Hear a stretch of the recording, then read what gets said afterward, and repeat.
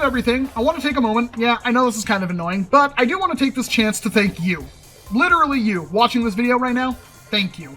Because without you, I wouldn't have been able to even buy the blaster that I have right here, and I wouldn't have even done a video on it. So I thank you very much for giving me the chance to show you an old review of a product you've probably already seen, the Nerf Trilogy DS-15. Came out last summer. I didn't get my hands on it until just now, and that's kind of a weird thing because it's a shotgun. It's a shotgun that takes shells. And yet I never picked it up. One, because it was kind of expensive. It was like 35 bucks or so, and there were a whole bunch of other things I needed to get my hands on before this, and I didn't hear too many good things about it. But not only did I get the Trilogy, but I also got the shell holder expansion kit for it as well. So we're all set up to give this probably the only review you'll see on YouTube post the Shell-Strike DS6. And this is actually not as big of a blaster as I would say. This is the first time I've ever got my hands on one. I've seen them at Walmart, but I've never even picked up the box. Now that I'm looking at it, it's not that big. I thought it was a heck of a lot bigger. It does say it ejecting 3-dart shells, use only official Nerf darts, and it has a 5-shell storage in the stock, which is kind of nifty and cool. And it does come with all 5 shells. It should come with 6 in my opinion, but 5 is good enough. The Trilogy DS-15 blasts 3 darts at once with shells that eject from the blaster. Shells eject from blaster, pump action, and it fires 3 darts at once with the 5-shell storage. We've already seen all of that. And yeah, it only fires the 1 shell and then ejects it. But that does also skip kind of a reloading step, making it kind of balance out in the end, I would say. Let's get it out of the box, and then I can give you an actual idea of what the ergonomics and stuff are, because I've never held it before. Oh my god, Hasbro, come on. Do you have to really tape the darts that much? I could frickin' easily take the shells out of a Shell-Strike without even trying, but you're gonna use 300 rolls of tape in order to get these things locked in this package, huh? Instructions, which we shouldn't need anything. It's already said everything it does on the box.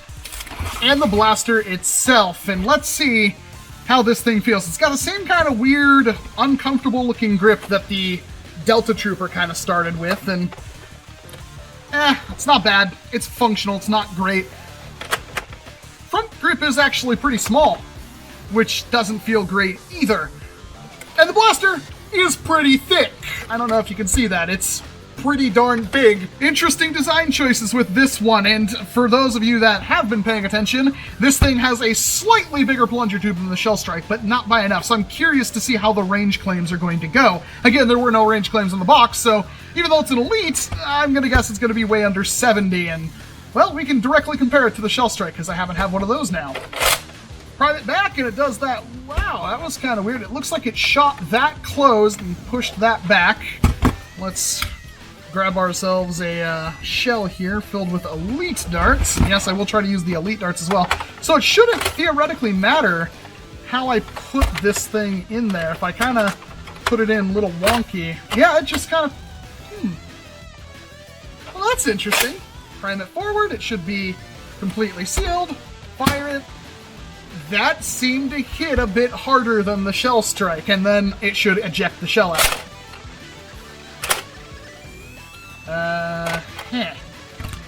Well, I'm willing to give you another shot, but if that happens again, I'm going to be fairly disappointed, because that's like... It was said that that would do that on the box multiple times. Oh, come on. And yet it didn't do it. There we go, fire. Yeah, that has quite a bit of a pop to it. Hey, it actually ejected the shell that time. Alright, well, I'm going to load all these shells up, and I'm going to just kind of run through it and see how well I can fire these, because I actually think this might be a rather usable blaster. Now, it should be noted that in its stock form, the actual usability of something like this is extremely minimal. Something I did kind of hint on in my other videos that I'll say now is that the whole point of having these kinds of blasters, at least in a competitive sense, is that anything that could fit in this volume, this shell space, could be used as ammunition. So, Boomco, Rival, Mega, cut down a little bit, but Mega Slug, and then even Ultra rounds could be fired out of a shell like this. And when you have one blaster that can shoot all of that kind of effectively, you give yourself a really useful tool on the foam battlefields, and I personally dig that. So This one looks like it just kind of snugly holds them. Seems like it's a little bit better if I put them down like that. But, actually I don't know. How are these supposed to go in? Judging by the paperwork, they're supposed to go in with the bottom first, so we're just gonna do that because that's what it wants. It's a nice little package. It is kind of freakishly huge, and I think that's one of the biggest problems against it. It actually is a very aesthetic blaster for everything but this section right here, and it makes me wonder what the point of having all this, what could possibly be down here? I guess there's going to be a lot of catches and stuff to move all this mechanics, but plunger tube's going to be right there, trigger's going to be connected to that, pump has to be connected to the whole bolt sled kind of thing. So that's just a lot of space on it. I think they could have made this look a little bit better, but I'm not a Hasbro engineer. I'm not even an engineer, so probably can't happen.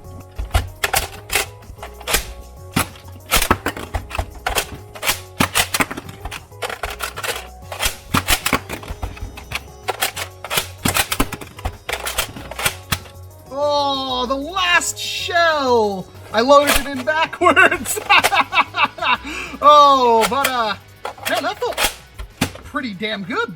That wasn't bad at all. When this thing works, it absolutely works, and, obviously it's a little counterintuitive to have a breech-loading shotgun like this. It is a full-sized blaster by any bit. I mean, seriously, it's a massive blaster, and really, 5 shells is all it comes with, which is, 15 darts. That is not really a whole lot, but it is shooting 3 darts with 1 trigger pull, and honestly, that is a completely usable blaster right there. Let's take it outside and see exactly how well the Trilogy does, especially compared to the Shell Strike, because I'm feeling like this hits quite a bit harder than that.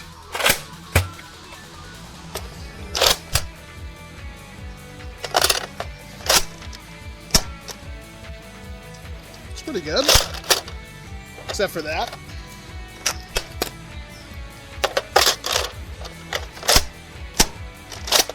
There we go.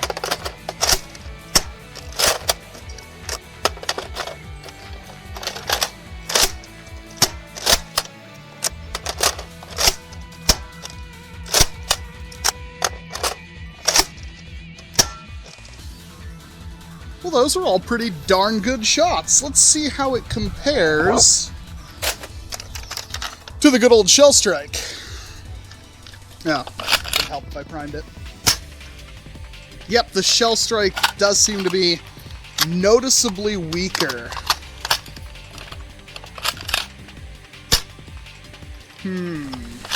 Interesting.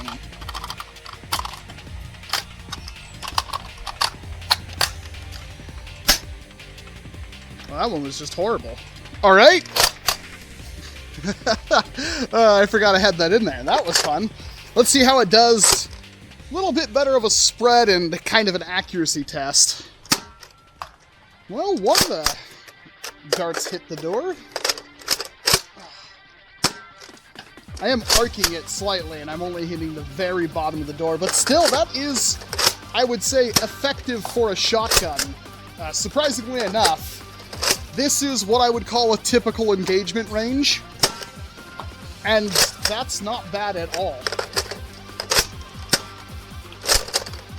Spread could be a little bit better, and the shell ejection could be a little bit better.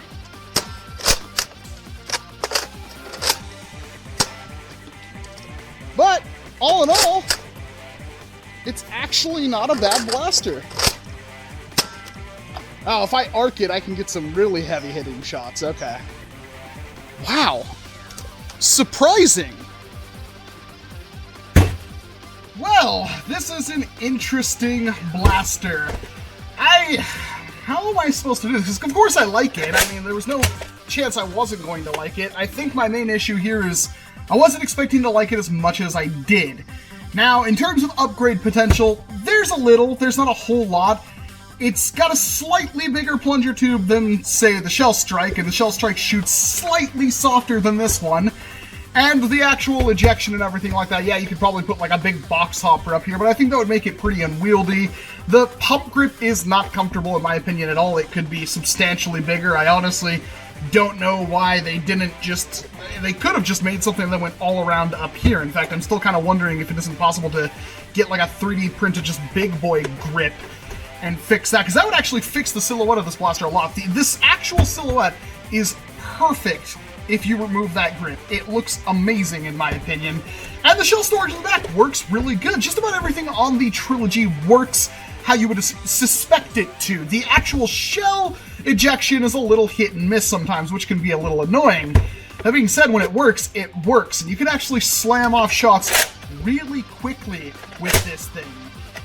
And that makes me kind of wonder what this blaster would be really good for in the future. Now, there is one thing I do like, in that it does have kind of a slam fire feature. If you don't know, the original trench gun was a slam fire shotgun where you would just hold down the trigger and you could slam the slide back and it would fire a shell, so you could dump shells like none other, so you can put a pokey bit in somebody, and yeah, that's an image you probably didn't need. And with this one, it kind of has something like that. If you hold the trigger down while priming forward, it kind of slam fires, which is an interesting idea. It's not nearly as comfortable as like an actual slam fire, but there's really no way to go about that with a blaster like this because of how this whole ejection mechanism works. But it loads shells in there rather nicely. I think it's actually worth picking up. Now, is it worth picking up for the $35?